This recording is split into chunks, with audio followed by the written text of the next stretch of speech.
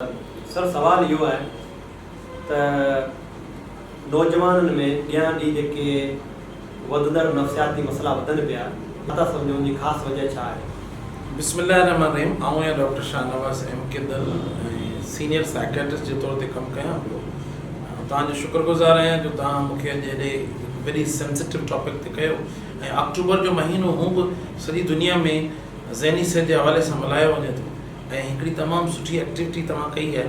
हिकु अहिड़ो पोर्शन जंहिंखे हुकूमत वक़्तु नज़रअंदाज़ करे छॾे थी, उनखे तव्हां जहिड़े नौजवान अॻियां अची उनखे जी जेका अॻुवाई कई आहे, उनजी आगाही जे लाइ तव्हां मूं ताईं अप्रोच कई आहे, मूं ताईं पहुता आहियो ऐं मूंखे तव्हां इन ते लाइन अप कयो आहे।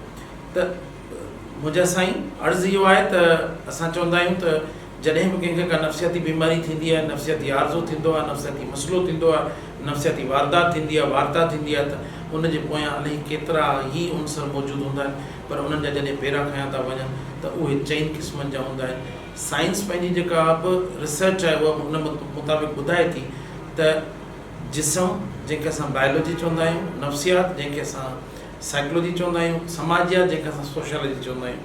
पर अॼुकल्ह जेका सूरत हाल हले पई, उन सूरत हाल जे खे नज़र में रखंदे आउं वरी हिकिड़ो ॿियो कंपोनेंट हुनजे अंदरि ऐड कंदो आहियां। उहो इहो कंपोनेंट आहे त अॼुकल्ह इक़्तिसादियात जा जेके मामला आहिनि उहे हाणे जेको तव्हांजे ॾिसंदड़नि खे, तव्हांजे ॿुधंदड़नि खे हिकिड़ी शइ अहम ॿुधाईंदो हलां त नफ़्सियात आहे छा। नफ़्सियात माना दिमाग़ जे अंदरि जेको मेंटल प्रोसेस आहे ऐं बिहेवियर, यानी कि दिमाग़ जे अंदरि सोचूं, हिसूं, ख़्याल, राया, दिमाग़ जे अंदरि जेके बि माण्हू जी सोचूं हलनि थियूं, उन्हनि जो इल्मु ऐं उनखां पोइ उन्हनि जे अमल करण खां पोइ उहो रवैयो बणिजे थो, त उनखे असां नफ़्सियात चवंदा आहियूं। ऐं जॾहिं उन सां दवायूं गॾिजी वञनि, जॾहिं ॿियूं ट्रीटमेंट्स गॾिजी वञनि, इलाजु उन नफ़्सियाती बीमारी थिए त उनखे असां साइकेट्री चवंदा आहियूं। हिकिड़ो सहल ऐं आसान ज़बान में आहे। असां लाड़ जा माण्हू हूअं अॻो चयूं, असां दुनिया में उहो आख़िरी कुंड ते आहियूं, परियां समुंड आहे।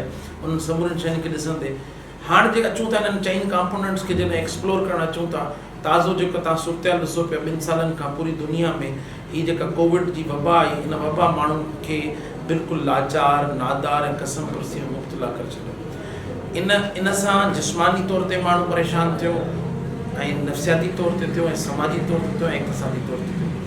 तव्हांजो सुवाल हिकु अहिड़े कंपोनेंट जे हवाले सां आहे, हिकु अहिड़े हिसे जे हवाले सां आहे जेको पूरी दुनिया जो 60% आहे, यानी नौजवान जंहिंखे अॻियां हली क़ौमुनि ऐं मुल्कनि ऐं सुल्तननि जी मांदारी करणी आहे, उन्हनि खे उन्हनि में हिकिड़ो किरदारु अदा करिणो आहे। उन्हनि जे अंदरि जेके नफ़्सियाती बीमारियूं, ॿिया मामला, जेके शयूं पलिजनि पियूं ऐं वधनि पियूं ऐं जेके शयूं थियनि पियूं, उन्हनि समूरनि शयुनि खे जॾहिं असां अॻियां वधूं था त असां चऊं था त किथे न किथे गुरबत आहे, किथे न किथे अणहूंद आहे, किथे न किथे अणाठ आहे, किथे न किथे कसम परस्ती आहे, किथे न किथे रवैनि जा बिगाड़ आहिनि, किथे वरी शख़्सियतनि जा बिगाड़ आहिनि, किथे नशा आहिनि। अॼुकल्ह जो नौजवान तव्हांखे ॾिठो त नशनि में पंहिंजे पाण खे घणो मुब्तला थो करे।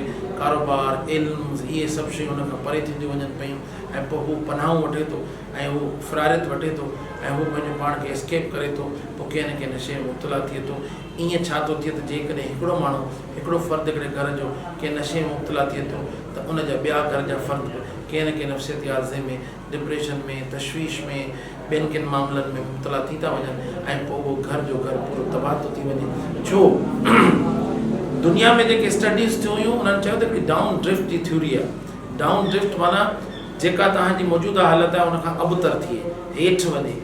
उहो छा थियो त हुननि जेको आहे हिकिड़ी थ्योरी कढी हुई जंहिं ते तक़रीबन 8 लख माण्हुनि जे मथां रिसर्च कई हुई, उनखे शिकागो स्टडी चइबो आहे। उनजे तहत इहो चयो त जेकॾहिं कंहिंखे नफ़्सियाती बीमारी थिए थी तॾहिं गुरबत में थो वञे ऐं जेकॾहिं को ग़रीब आहे त उनखे बि नफ़्सियाती बीमारी गुरबत जे करे थिए थी। हाणे हिकिड़ो सुवाल तव्हांजे ॿुधंदड़ ॾिसंदड़नि ज़हन में थींदो त डॉक्टर साहिबु 2 ॻाल्हियूं पियो करे। 2 ॻाल्हियूं न आहिनि। उहा हिकिड़ी ॻाल्हि इहा आहे त मिसाल जे तौर ते आउं डॉक्टर आहियां, आउं उस्ताद आहियां, आउं कमकार करण वारो मज़दूर आहियां, आउं कंहिं नौकिरी पेशा माण्हू आहियां।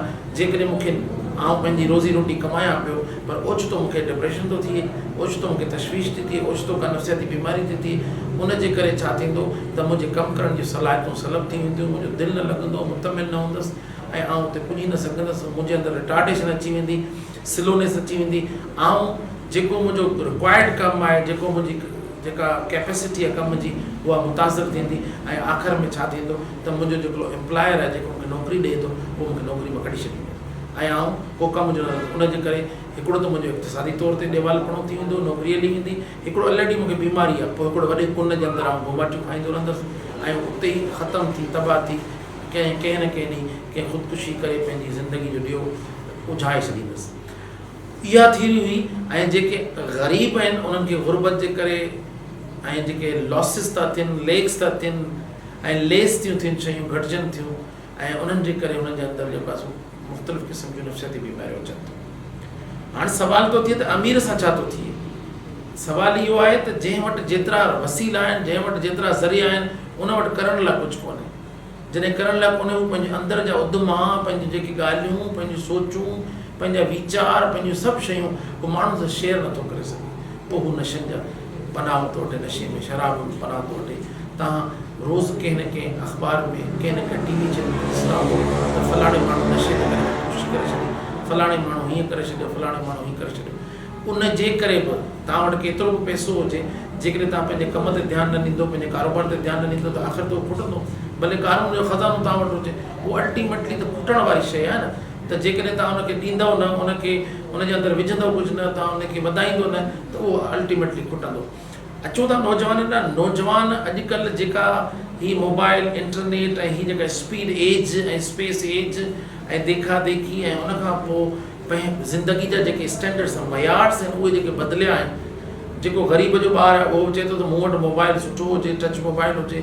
अमीर जो ॿारु आहे उहो चए थो त मूं वटि अञा हिन खां वधीक सुठे मॉडल वारो हुजे, गाॾी फलाणी, हिकिड़ो हिर्स, हवस, लालच ऐं उनखां पोइ देखा देखी ऐं हिकिड़े जेके मयार, ज़िंदगी जा मयार तब्दील थिया आहिनि, माण्हुनि जा रोल मॉडल्स तब्दील थिया आहिनि, माण्हुनि जा हीरोज़ तब्दील थिया आहिनि। अॻे असां जॾहिं पढ़ंदा हुआसीं त असांजो हीरो असांजो पीउ हूंदो, असांजो हीरो असांजी माउ हूंदी, हीरोइन, असांजो हीरो असांजो उस्तादु हूंदो। अॼुकल्ह जे नौजवान जो हीरो तब्दील थी चुको आहे।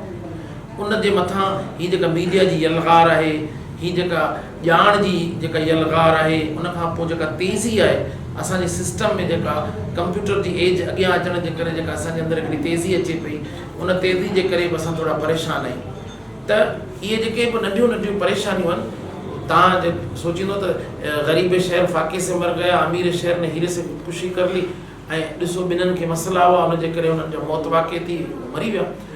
पर तव्हां रोज़ु रोडनि रस्तनि ते ॾिसंदो, मौजूदा हाकम वक़्तु, मौजूदा दुनिया जो जेको वायुमंडल आहे, दुनिया जो जेको माहौल आहे, दुनिया जी जेका सूरत हाल आहे, उनजे अंदरि कोविड एॾा राङा करे चुको आहे। उन राङनि खां पोइ असांजे अंदरि नफ़सियाती बीमारियूं थियणु अवसि आहिनि ऐं ज़रूरु थींदियूं।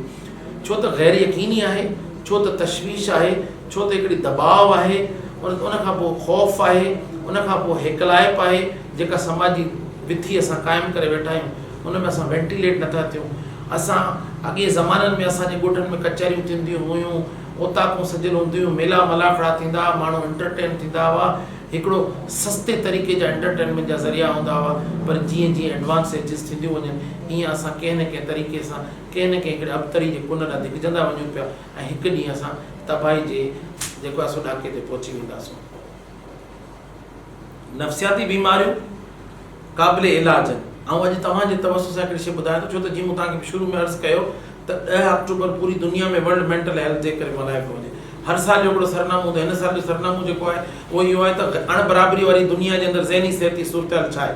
त असां तव्हां जिते वेठा आहियूं, जंहिं शहर में वेठा आहियूं, जंहिं गिटी में वेठा आहियूं, जंहिं पाड़े में वेठा आहियूं, उते किथे न किथे असांखे को न को ज़हनी मर्ज़ में मुब्तला माण्हू मिले थो। पोइ को उदास आहे, को तशवीश में आहे, को ख़ुदकुशी जा जेको आहे न सो पूर पचाए थो, को ख़ुदकुशियूं करे थो, को कंहिं न कंहिं नशे जो आदी थिए थो, कंहिंजी न कंहिंजी शख़्सियत में बिगाड़ थिए थो, कंहिं न कंहिं तरीक़े सां हीअ हिते हाञा हलनि पिया।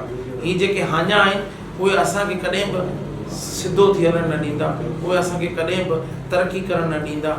हिन दौर में असांखे हिकिड़ो हाकारी क़िस्म जो रवैयो अख़्तियार करणो आहे। तव्हांजी तवसो सां, तव्हांजे ॾिसंदड़नि जी तवसो सां, तव्हांजे फॉलोअर्स जी तवसो सां, तव्हांजे दोस्तनि जी तवसो सां हिकिड़ी ॻाल्हि अहम चवंदो हलां त पंहिंजे रवैयनि खे बहितर करियो। तव्हांजा बहितर रवैया बहितर ज़हनी सिहत जा ज़ामिन हूंदा आहिनि। बहितर ज़हनी सिहत तव्हांजी जिस्मानी सिहत जी ज़ामिन हूंदी आहे। ऐं जेको जिस्मानी तौर ते बरजस्तो हूंदो, चुस्त हूंदो, सम्झदार हूंदो ऐं बहितर हूंदो, उहो ई तरक़ी जे अंदरि पंहिंजो हिसो विझी सघे थो। उहे माण्हू, उहे क़ौमूं सदाईं अॻु भरियूं हूंदियूं आहिनि जिन जे अंदरि कमु करण जूं सलाहियतूं वधीक हुजनि, जिन जे अंदरि कमु करण जो शौक़ु हुजे। असां पंहिंजे नौजवाननि जे अंदरां कमु करण जी सलाहियत ठहियो पर असांजे अंदरां शौक़ु ई निकिरी वियो आहे। असां कम जी तलाश नथा करियूं, असां ॻेझुआ बणिजी विया आहियूं, असां ॿियनि जे मथां डिपेंडेंट बणिजी विया आहियूं। असां हिकिड़ो पीउ 7 पुटनि खे पाले थो ऐं अलमियो इहो थो थिए त जॾहिं 7 पुट कमाइनि था त उहे हिकु पीउ खे नथा पाले। हीअ अलमियुनि जी धरती आहे, हिन ते वेही कहिड़ा केॾारा ॻाइजनि, हिते वेही कहिड़ियूं जेको आहे न सो मरसिया चवजनि, हिते वेही कहिड़ियूं उछंगारूं ॾिजनि। हीउ दर्द आहे, दर्द गुतो लिखो या सुठो लिखो, साॻियो थो थी वञे। हिकिड़ो सुवालु आहे जिते आम सम्झो वेंदो आहे त जंहिं माण्हू खे नफ़्सियाती मसइला आहिनि उहे जेके के नफ़्सियाती डॉक्टर वटि वञे थो त माण्हू उन्हनि खे डपु हूंदो आहे त असीं खे चरिया आहियूं छा। इन सोच में माण्हू कीअं निकिरनि त जेकॾहिं के माण्हू खे नफ़्सियाती बीमारी आहे, जेकॾहिं नफ़्सियाती डॉक्टर वटि वञे थो इहो मतिलबु कोन्हे त उहो चरियो आहे। तमामु बहितरीनु ऐं वक़्ताइतो सुवालु आहे। तव्हांखे ॿुधी ताजुब थींदो त असां ऐं तव्हां अञा वेसा वसूड़ियल क़ौम जा माण्हू आहियूं। असांजी दरगाहनि ते धमालूं ऐं सरूद थियनि था, असांजी दरगाहनि ते न्याणियूं पंहिंजा वार खोले जेको आहे सो धमाल कनि थियूं, उन्हनि जी तज़लील थिए थी।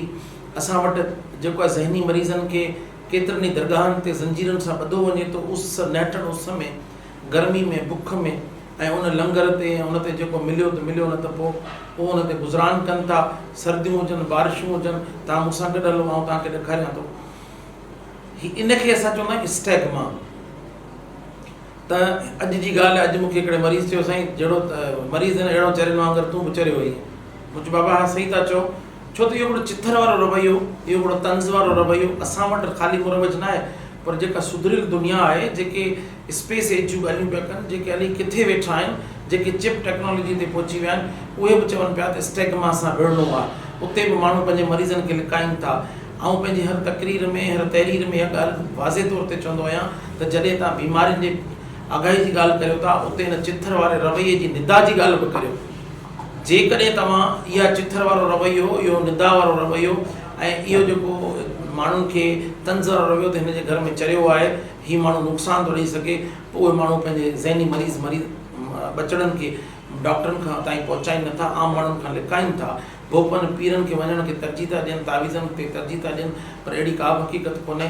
क़ब्ल मसीह में सुकरात इन ॻाल्हि खे ज़ाहिर करे छॾियो त 4 क़िस्म जा कीमयाई मादा वजूद में हूंदा आहिनि, हिकिड़ा रतूबतूं हूंदियूं आहिनि, उनजे करे नफ़्सियाती बीमारियूं थियनि थियूं।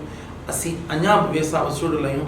असां अॼु पुटु पीर खां था वठूं, अलाह खां नथा वठूं, या जेके असांजी रोटेटिंग फोर्सिस उन खां नथा वठूं। अॼु बि असां पंहिंजी सलाहियतुनि जे बजाए ॿिए ते था पाड़ियूं त ॿियो माण्हू मूंखे का दुआ कंदो ऐं आउं कामयाबु थी वेंदुसि। जेकॾहिं तव्हांजे अंदरि अवरचाई आहे, महिनत जो जज़्बो आहे, कोशिशि करे सघो था, शौक़ु रखो था कमु करण जो, त कामयाबियूं तव्हांजे पेरनि न ठहंदियूं, मंज़िलूं तव्हांजे पेरनि न ठहंदियूं।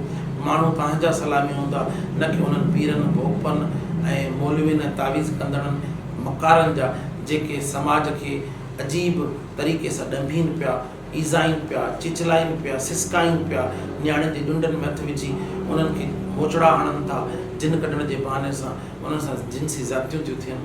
अचो ख़ुदा जे वास्ते, तव्हां जेके बि दर्द दिलि रखण वारा माण्हू आहियो, जेके बि पैगाम ॿुधो पिया, उहे अचो अॻियां। नफ़्सियाती बीमारियूं जी खंघि ज़ुकाम आहे, तव्हांखे हिकिड़ी ॻाल्हि ॿुधी ताजुब थींदो त माण्हू कंहिंखे एड्स थी थिए त उहो एड्स ॿुधाए थो, कारी साई ॿुधाए थो, उन ते चिथर उनखे नथी थिए, पर उहो नफ़्सियाती बीमारी खे लिकाए थो, मिर्गी खे लिकाए थो।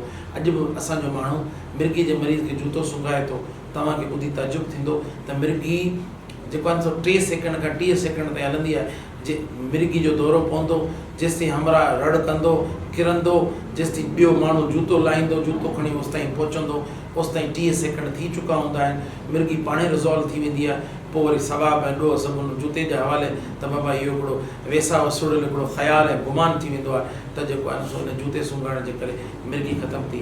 अॻियां अचो, पंहिंजी निंड जो ख़्यालु करियो, पंहिंजे रवैयनि खे दुरुस्त करियो, पंहिंजनि जो ख़्यालु करियो, पंहिंजनि जे कमु अचो, ॾियण वारा बणिजो, ॾियणु सिखो ऐं जी करे जीअणु सिखो ऐं ॿियनि खे जीअणु ॾियो।